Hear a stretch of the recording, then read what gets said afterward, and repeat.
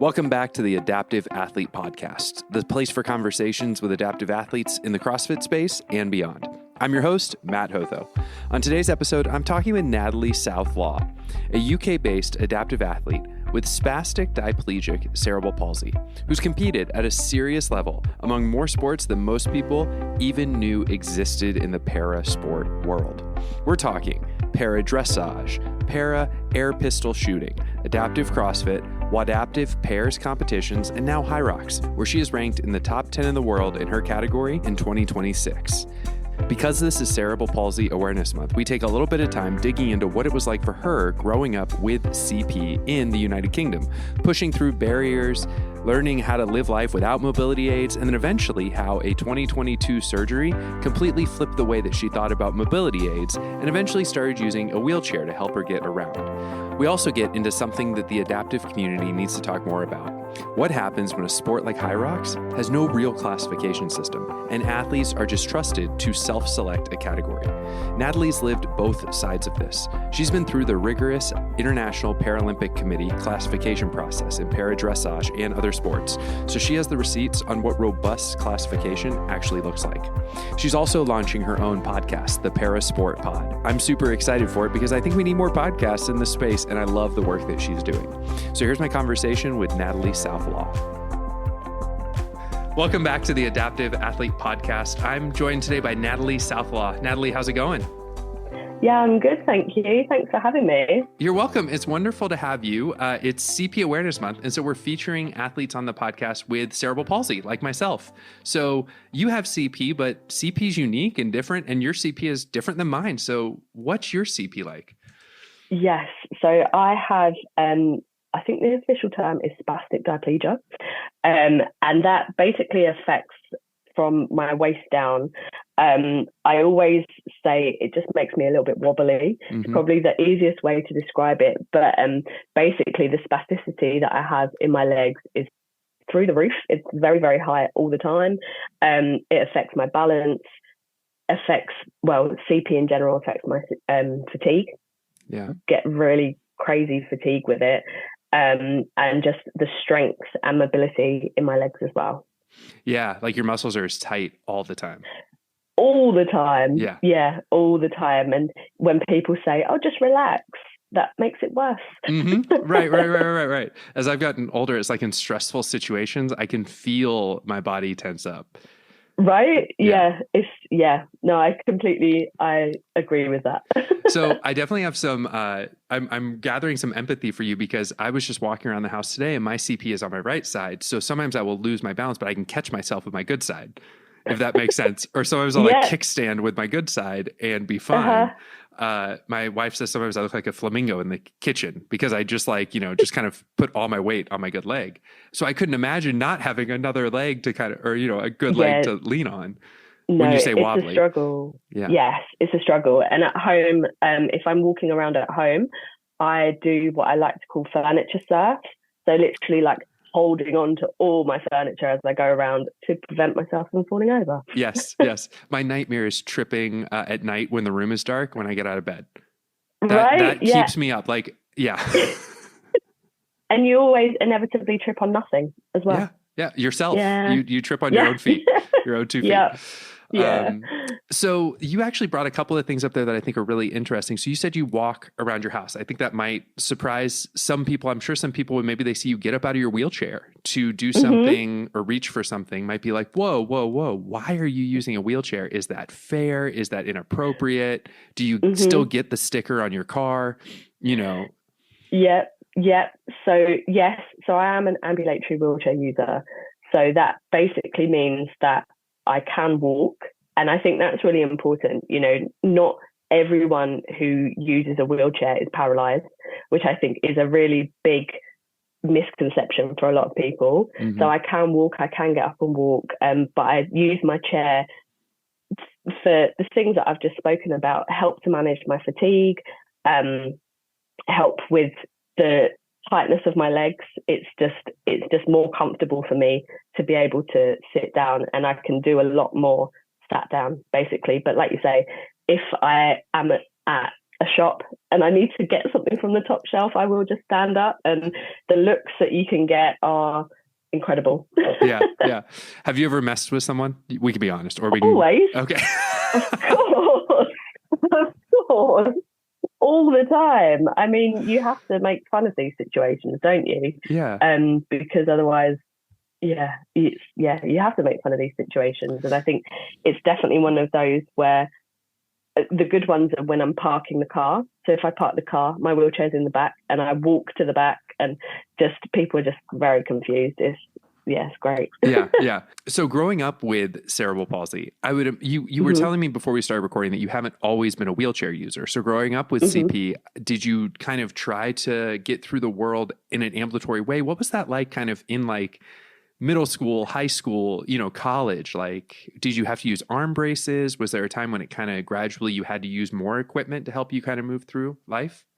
So I kind of, in terms of using equipment, when I first started walking, I'd say I first started walking unaided when I was maybe about 5. But previous to that, I would use a frame. And then obviously if I was getting tired, I would use the frame.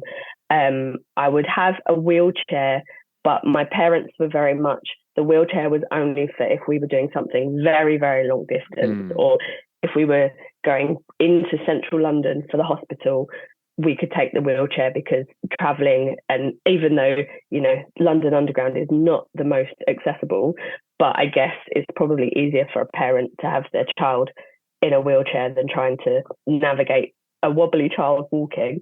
Sure. Probably up and down steps too, quite a bit. Yes, exactly.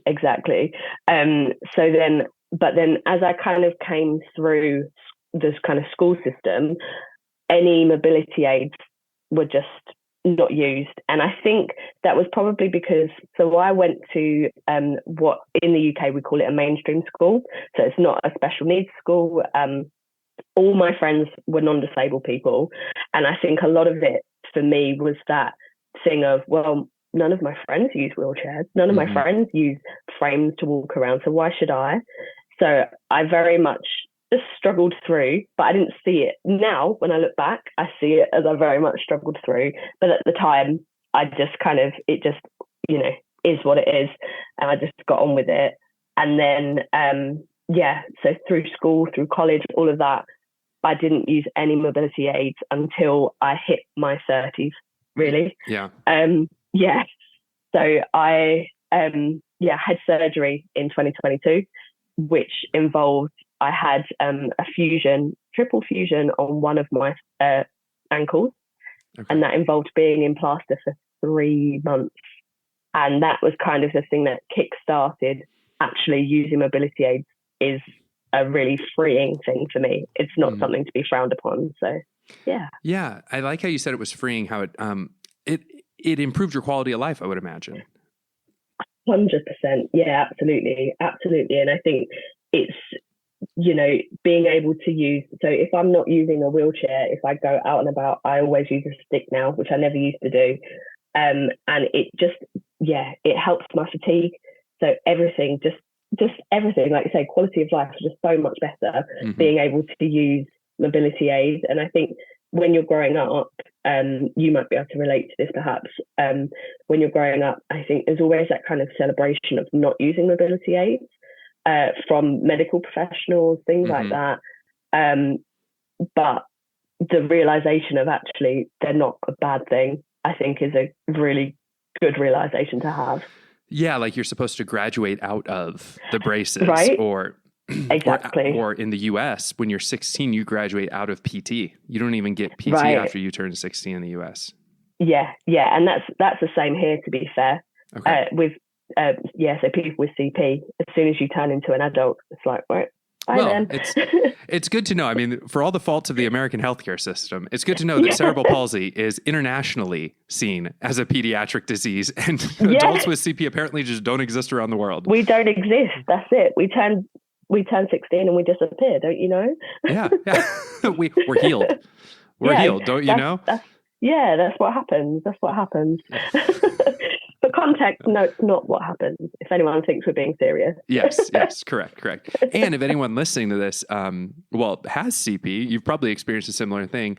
And if anyone listening to this, like, has any interest in getting involved in something, man, research for adults with cerebral palsy, there's so much work needed in that space, because I just met with my primary care this last week and he's like, you look great. And I'm like, I don't feel great. He goes, I can barely notice it. I go, I don't care. Like, I notice it every single day. Absolutely. And I think over here, there's so many opportunities to get involved in research. And I'm such a big fan of it. We have a voice. We need to use it. And I think, even if we had a terrible time from 16 to our age now with CP, there are people coming through the system.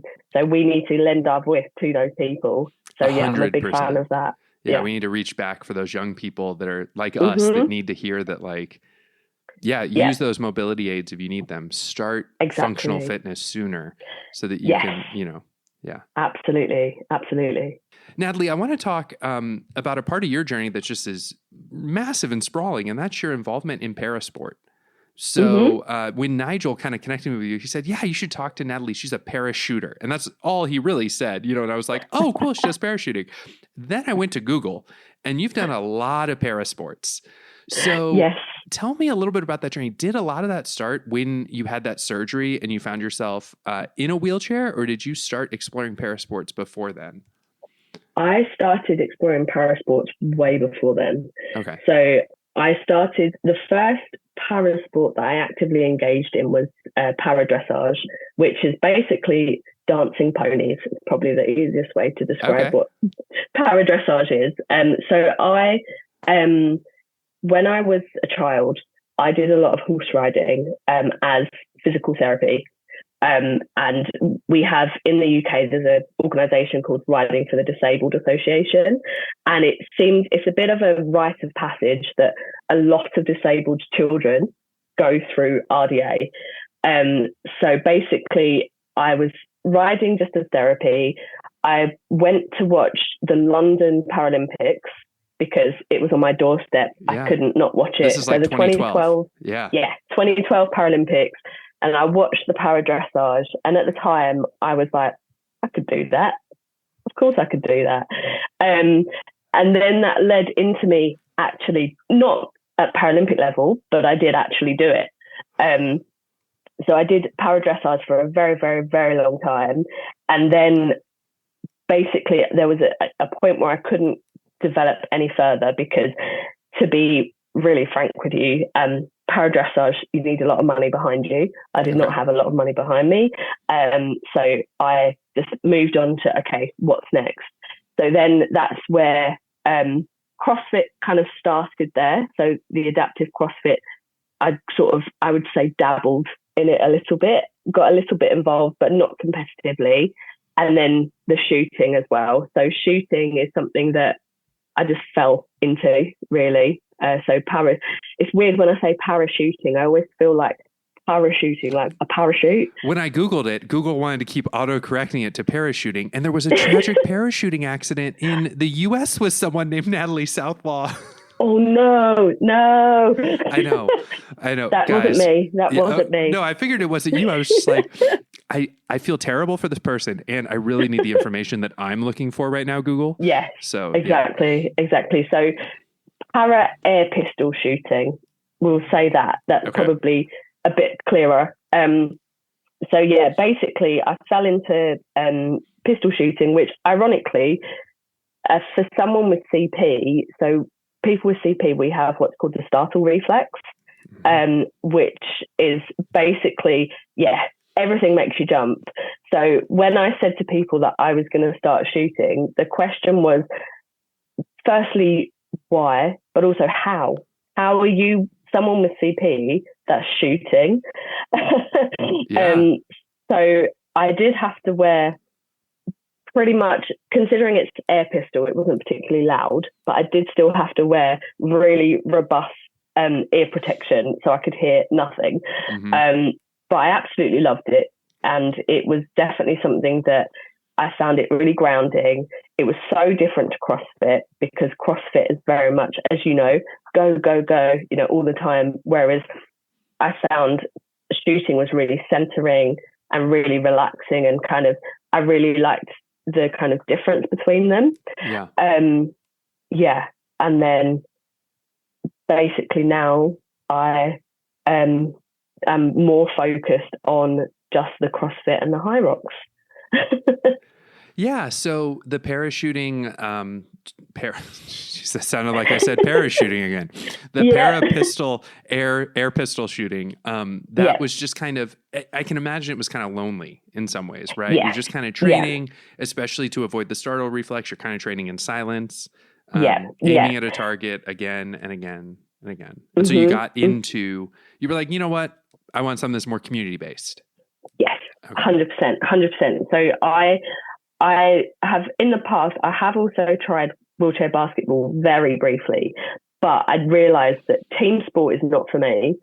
But equally, as you say, with the air pistol shooting, it's so lonely, but I liked that it was just on me, if that makes sense. So like you say, something more community-based. Obviously, CrossFit is so community-based, but ultimately in competition, it's, although you have the community around you, in competition, it's down to you. So I really liked, it's kind of like the best of both worlds. Yeah. Yeah. 100%. Yeah. Yeah. But then, so CrossFit, high rocks, but then also kind of a way to do adaptive fitness that isn't just individual would be something like Wodaptive, right? Where you do like a pairs competition with someone who's able-bodied. So we've got a lot of ground to cover there. I want to talk about Wodaptive first, and then let's talk about kind of getting into high rocks. Because I think a lot of people listening to this are familiar with adaptive CrossFit a little bit more, but let's talk about the two that are a little different. So not that Wodaptive isn't that different, but what Nigel's doing is very distinct. Yes. And there was just a competition this past weekend. There was a competition last week. And so I competed with my coach.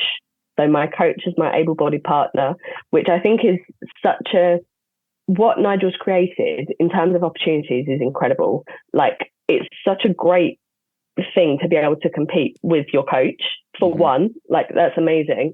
But then when you look at the kind of, I guess, like breadth of competitors that he has there. So he had people who had competed at the CrossFit Games, and he had people who had never done a CrossFit competition before, and they were competing there alongside each other. Like, I just think it's incredible what he's created. It's so community. When you talk about community, Wodaptive is always the first thing that I think about, because it's a great community. Yeah, and it was a single day competition. Yes, it was. Yeah. Just in a local gym.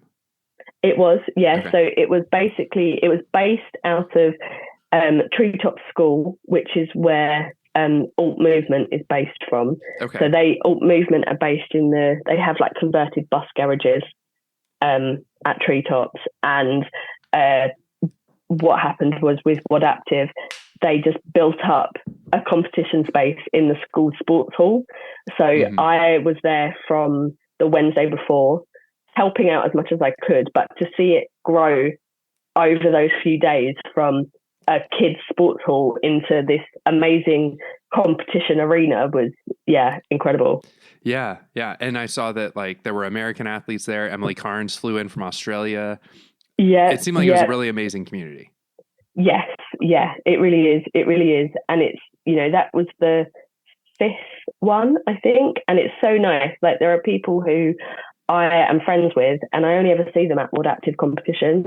So it's just so nice just to go. Obviously, it's great to compete, but it's so nice to be able to catch up with people and just see people who you've not seen. And it's fantastic. That's awesome. So then high rocks is a whole different beast, because it's, the same thing. Basically, it's a repeatable race and competition, but it's exploded on the scene. So how many high rocks have you done? So I have done 6 now. Wow. I think I've done about 6. One of them was a mixed doubles, so not an adaptive one. Okay. But I think I've done about 6, and I've got 3 or 4 already lined up for this year. Wow. That's cool. That's great. Yeah. I have never had the opportunity to do one yet. I want to, but I haven't had the opportunity. I was going to say, do you think you will? Yeah. Mm-hmm. It's just in the US, they're only coming to big cities. And not that I'm not far from a big city, but for the US with our lack of public transit and other stuff like that, like it's a lot to get to a major city and then stay for a couple of days and that kind of thing. That's fair. Yeah. No, I get that. No. But so you do adaptive high rocks. So tell me a little bit about how you got started in that, what adaptive high rocks is like, how they adapt it. Yeah. So I got started in high rocks May last year. I saw that high rocks was coming to Olympia, which is a venue in London. It's the other side of London for me, but still in the grand scheme of things, not very far away. And the weekend that it was coming, it was my birthday weekend. So I thought to myself, I'm just going to do one and done. You know, high rocks, as you say, massive hype at the moment. So I thought, I'm just going to do it just to say, you know, I've done it. I've done a high rocks now. Yeah. So I ended up booking an adaptive solo for myself. And then I did the doubles with my best friend. And the adaptive solo, it was, just the one race. And I thought, actually, like, this is quite fun. I really enjoyed it. Turned out that I think in the seated with hip category, I think I had finished something like 10th in the world. And I was like, okay, like, you know, this is something. And I'm very competitive. So I was like, I want to go to Worlds now. I really want to try and qualify for Worlds, especially when I found out that Worlds this year is in Stockholm. So it's, for me, it's a lot easier to get to Stockholm than to get to, I think it was in Chicago last year. Yeah. So I thought, I'm just going to keep doing it. I'm just going to keep going. And I really like how it is the same. It's so measurable. So, you know, you can see exactly where you went wrong or exactly where you went right. And you can work from that in your training and in the next race. And I just really enjoy it. And in terms of adapting, so for seated with hip function, most of the stuff is pretty similar, to be fair. So the distances on like the ergs are just a tiny bit less. The way that you adapt the sled, so sled pull is exactly the same.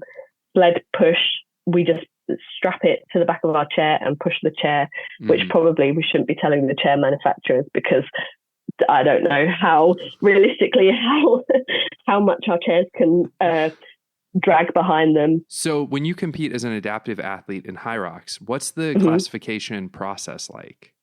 So there isn't a classification system, to be honest. It's very much, you can self-select what classification you want to compete under.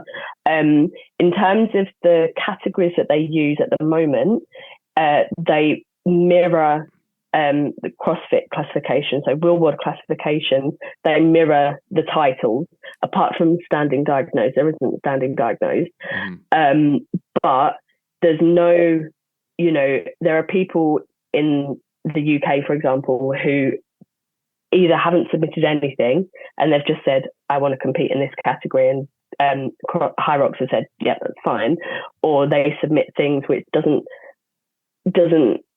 explain their impairment and how it affects them. So we have like benefits over here, so they can submit like a benefits letter, but that doesn't tell you as a classifier. But people at High Rocks aren't classifiers, so they just, you know, they have that information and they're trusting the athlete, which I think is it's a big risk. You know, there are a lot of people, and there are a lot of people probably in both sports, in High Rocks and CrossFit, who are putting themselves in the wrong category. Obviously, CrossFit stopped that, but High Rocks at the moment, they don't. So there are people who, you know, might compete in a particular category in CrossFit, but put themselves in a more impaired category in High Rocks because they can. And then that means that they podium and they get to go to Worlds. Yeah.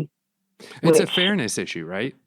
Yeah, absolutely. And I think there's a big misconception, I think, that people assume that adaptive athletes are honest, where I realize this is a really sweeping statement to make, but ultimately, there will be some athletes who aren't honest and who will, if they can self-select to put themselves in a more impaired category, they'll do it. They'll do it because it means that they'll be able to reap the rewards of it. Mm-hmm. Yeah. I mean, I think that is a tough statement to make. I think there's people listening to this who would be like, that's inflammatory. I would tend to disagree. I think it's just part and parcel of parasport. Sometimes you have to admit that is happening in parasport. So to move the conversation then out of things that might feel like might feel personal to people who we know in the CrossFit and the High Rock space, let's talk about parasport and how they do classification. Yeah. Right. Because you've been in multiple parasports. This will be coming out in the middle of March. And by that point, we'll have shared more of the work that the IF3 Adaptive Committee is doing to try and create a para code for functional fitness to possibly be a Paralympic sport at some time. So here's my question for you, I guess. When you did para activities, did you ever have to get formally classified and then go through the process where you go to compete and they reclassify you or verify your classification before you compete? Okay. So in terms of that, I'll talk about paradressage. It's probably the biggest one because my classification changed. So when I first started doing paradressage, I was classified under the British equestrian kind of para code, if you like. And then I competed with just my national classification. But then to move into international, you have to be internationally classified. So obviously IPC rules the international paradressage classification. So the classification process for dressage, which to be fair was very similar to other sports that I've had classification in, you turn up and you see a physiotherapist and they basically test things. So like your range of motion, they test your power output, they test all different things, your balance, and then they put it into a system, and then whatever the score comes out at is what your classification is. And that's broadly speaking how it is for pretty much all the sports that I've been classified in. And just to be clear, that like those test results that they're taking, that they're putting into a scorecard, like that's just not some arbitrary scorecard. That is codified in that particular sports IPC code.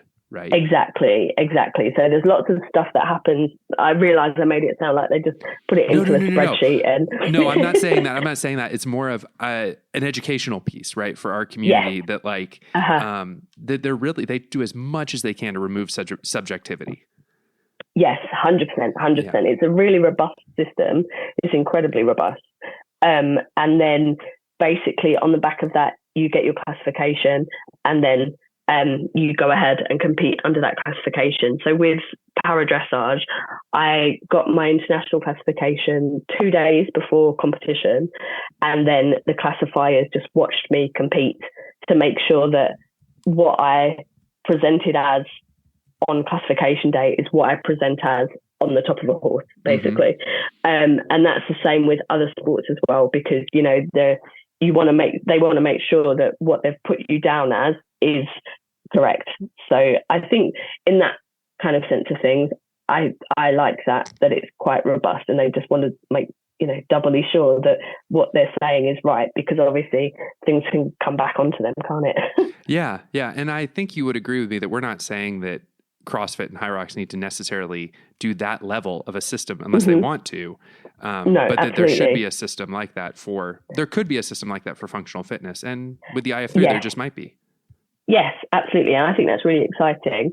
And I think that, the work that the IF3 are doing to kind of spearhead that, I think is great, because then once that is in place for functional fitness, organizations like High Rocks, organizations like CrossFit can lean into that and say, hey, like, ultimately you've done the legwork, but can we be involved in this classification system? Can you teach us how to how to do it, basically. And I think that's really powerful. Yeah. Yeah. Well, thanks, Natalie. Can I interest you in a lightning round? Yes, always. Okay. Yay. Yay. Yay. Oh gosh. Okay. So what is one goal that you are working on outside of fitness? Oh, outside of fitness. Wow. So I have actually just started a podcast. So there's competition. Perhaps, yeah. No, not at all. Friendly competition. So I am in the process of basically launching that. Okay. So yeah, hoping that gets off the ground, and yeah. Can you give me like a sentence or two thing about what it's about? Yes. So it is basically very similar to yours. So it's called the Parasport Pod. And the idea of it is basically I want to fill the gap that I didn't have when I was a child, and just highlight adaptive sports. I've got people on there, obviously CrossFit, high rocks people, but also people who are doing like parabiathlon, and everything in between. Just highlight it for people and tell people, if you want to do an adaptive sport, it's not just being on a hand bike. Yeah. Yeah. I love that. That's awesome. Yeah. When do you have a launch date? End of this month, hopefully. So end of February. Yes, end of Feb. Okay, yeah. So by the time this episode comes out, people will be able to find your podcast, the Parasport Pod, on Spotify. Yes, they will. Congratulations. That's exciting. Thank you. Thank you. So I guess my goal would be to continue that going, basically. Yeah. What's your favorite way to spend a rest day? Lying on the sofa with my cat and my heated blanket. I feel like heated blankets have been so gendered. I need to claim heated blankets for men. You do. They're incredible. Have you got one? I think my wife has one. See what I mean? Like, see? I know. You're playing into that. I know. I need to get one. You do need to get one. I highly recommend. I tried the weighted blanket, but there would be days when like I was feeling so fatigued and tired that I was like, this is too heavy. I feel like I'm going to get trapped under it. Yeah. Yeah. It's too much. No, heated blanket is a good shout. Very good shout. If you're working out in the gym, what music are we listening to? Heavy metal. Always heavy metal. Wow. Yeah. Something heavy and angry. Okay. Just kind of get you for like CrossFit stuff and high rocks, just kind of get you driving towards just kind of go. Yeah, absolutely. Yeah, always. Yeah. You do a lot of work in accessibility. What's one thing that people could do in their everyday life that would maybe make the world a little bit more accessible for others? If you see inaccessibility, call it out. Be an advocate. We need those voices. Does that look like just emailing the business or that kind of thing politely and just saying, hey, I noticed this? Yeah.